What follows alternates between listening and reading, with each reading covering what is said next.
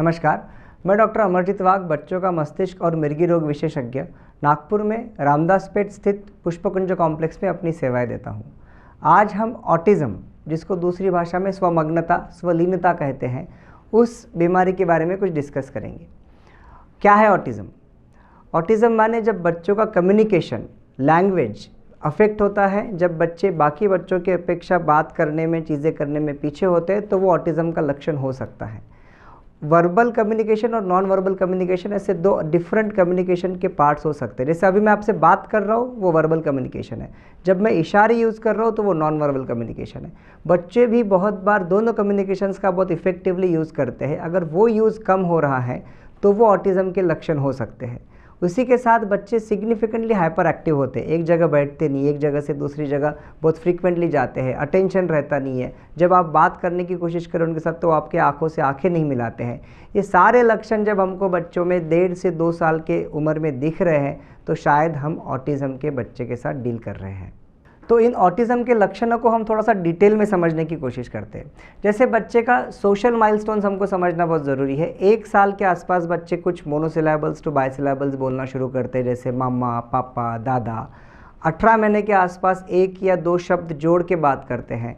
जब ये लक्षण बच्चों में नहीं आते हैं या ये लक्षण बच्चों में लेट आना शुरू हो जाते हैं तो वो अर्ली साइंस ऑफ ऑटिज़म करके हम लोग कंसिडर कर सकते हैं।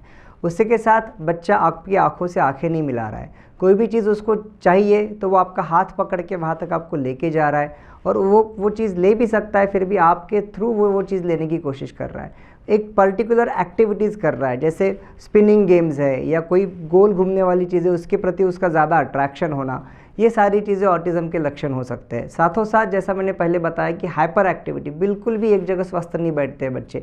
इनको किसी चीज़ का डर नहीं लगता, इनको चोट आई तो भी इनको वो उतना, जैसे बच्चे रिएक्ट करते वैसा वो रिएक्ट नहीं करते। तो ये सारे लक्षण हमको ऑटिज़म की डाउट्स के लिए प्रवृत्त करना चाहिए। अभी हम ऑटिज़म के कॉजेज़ के बारे में समझने की कोशिश करते हैं। ये ध्यान में रखना बहुत ज़रूरी है कि हर बच्चा जो बात नहीं करता वो ऑटिज़म नहीं है। ऑटिज़म हमारे लिए 2 चीज़ों में डिवाइड कर सकते हैं, primary autism versus secondary autism. Primary autism माने जो प्योरली बच्चे में दूसरे सारे लक्षण ठीक है, बच्चे के सारे माइलस्टोन, सारे डेवलपमेंटल माइलस्टोन्स बच्चे अच्छे से अचीव कर रहा है, सिर्फ लैंग्वेज और कम्युनिकेशन में बच्चा पीछे है, उसके पीछे मोस्टली जेनेटिक कारण होते हैं, तो ये है प्राइमरी ऑटिज़म। सेकेंडरी ऑटिज़म जैसे पोस्ट कोविड हमने बहुत सारे पेशेंट्स देखे कि उनका घर में काफ़ी दिनों तक वो घर में रहे हैं, उनका टीवी मोबाइल का यूज़ बहुत हुआ है, घर में इन्वायरमेंट ऐसा है कि उनके साथ बात करने के लिए, खेलने के लिए कोई नहीं है, बहुत ज़्यादा स्क्रीन टाइम उनका है। स्क्रीन टाइम हमेशा ये 1 वे ट्रैफिक होती है, जिसके चलते बच्चे में बहुत बार हमको ऑटिज़म समान लक्षण दिखते हैं। वो ज़रूरी नहीं है कि वो डायरेक्टली ऑटिज़म है। साथों साथ बच्चों में जो दूसरे कारण की वजह से डिलेड माइलस्टोन्स है, जिनको हम डेवलपमेंटल डिले बोलते हैं, जिनको इपिलेप्सी होती है, साथों साथ इन पेशेंट्स को भी ऑटिज़म के लक्षण दिखते हैं, तो ये सेकेंडरी ऑटिज़म है। ये दोनों चीज़ें एक दूसरे से डिफ्रेंशिएट करना बहुत ज़रूरी है, क्योंकि जब तक हम सेकेंडरी ऑटिज़म में एसोसिएटेड जो लक्षण है या एसोसिएट जो कारण है, वो कारण को ठीक नहीं करेंगे, हमको बच्चे में ऑटिज़म की चीज़ों में सुधार नहीं दिखेगा। तो इसलिए प्राइमरी वर्सेस सेकेंडरी ऑटिज़म पता करना बहुत ज़रूरी है। बहुत बार ये बहुत सारी गलत धारणाएं हैं कि हर पेशेंट जो बात नहीं कर रहा वो ऑटिज़म है। देखो, ऑटिस्टिक लक्षण होना और बच्चे में ऑटिज़म होना, ये दोनों अलग अलग चीज़ें हैं। इसलिए हम लोग ऑटिज़म स्पेक्ट्रम डिसऑर्डर बोलते हैं, जिसका मतलब ये है कि ये काफ़ी वाइड प्रकार के लक्षण हैं। हर बार ये चीज़ बच्चों में डायरेक्टली ऑटिज़म होती है ऐसा ज़रूरी नहीं है, और ये पेरेंट्स ने पता रखना बहुत ज़रूरी है। अदरवाइज़ ऑटिज़म ये लेबल एक बार लग गया तो हम लोग इतने ज़्यादा इमोशनली टूट जाते हैं कि वो बच्चों की ट्रीटमेंट करना बहुत मुश्किल हो जाता है। तो ये ऑटिज़म का डायग्नोसिस कैसे होता है? डायग्नोसिस के लिए पहले जैसे मैंने आपको बताया कि सेकेंडरी ऑटिज़म है क्या, ऑटिज़म के पीछे कोई दूसरे कारण है क्या, वो पता करना ज़रूरी है। इसलिए आपने बच्चों के ब्रेन के डॉक्टर या आपके प्राइमरी पेडियाट्रिशियंस, इनको दिखाना ज़रूरी है, जो बच्चों के लक्षण देख के ये कुछ क्लूज़ मिलते हैं जो ये बताते हैं कि बच्चों को सेकेंडरी रीजंस कुछ हो सकते हैं, उनका स्क्रीनिंग करना बहुत ज़रूरी है। प्राइमरी ऑटिज़म में बहुत बार कुछ स्क्रीनिंग इन्वेस्टिगेशंस की ज़रूरत होती है, कुछ स्कोरिंग होती है, ईसा स्कोरिंग, एमचैट। ये स्कोरिंग हमको हेल्प करती है समझने के लिए कि बच्चों में ऑटिज़म के लक्षण हैं, बच्चे एट रिस्क है ऑटिज़म का। जब हम ये डिटेल इन्वेस्टिगेशंस करते हैं तो हम कैटेगराइज कर पाएंगे बच्चे में कि पहले तो ये बच्चे को ऑटिज़म है कि नहीं है। फर्स्ट थिंग है तो फिर वो माइल्ड कैटेगरी में है, मॉडरेट में है, कि उसको बहुत severe and profound kind of disorder है जिसके चलते बच्चों में बहुत ज़्यादा लक्षण दिखना शुरू हो जाते हैं। ये पता करना क्यों ज़रूरी है? क्योंकि हमारी ट्रीटमेंट इन सब चीज़ों के ऊपर डिपेंडेंट है। ट्रीटमेंट क्या होती है ऑटिज़म में?